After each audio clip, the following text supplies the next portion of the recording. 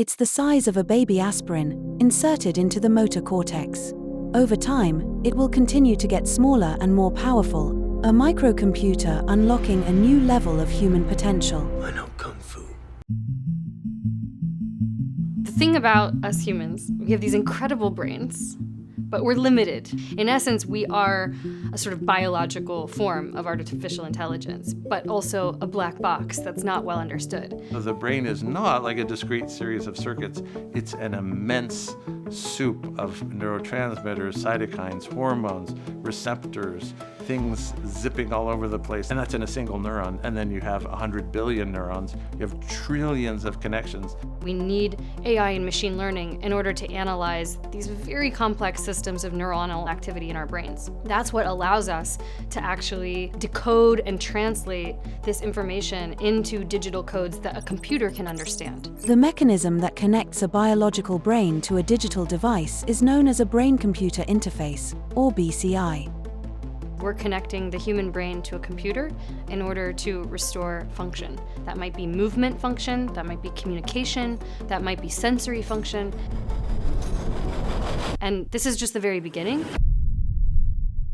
Imagine someone who's in some kind of accident that leaves them with a spinal cord injury, and instead of them being paralyzed for life, they go to their doctor, they get a BCI, connect to a device, and start reusing various elements of their body that were previously unable to be used because of the sever in their spinal cord. At some point down the line, we will see people using BCIs to connect to their outer physical worlds in ways never thought before possible, to enhance cognition, to restore memory. As humans, we're adept at encountering limits to the human body and then manipulating the environment or bringing in technology to enable us to extend past those limits. We're already using computers in that way. Of course, everybody no longer remembers a whole list of phone numbers because they don't have to, their phone remembers them. For me, I'm personally very nervous about the prospect of Alzheimer's or dementia because it does run in my family. So having a device implanted that might be able to circumvent some of these issues early on is very, very exciting.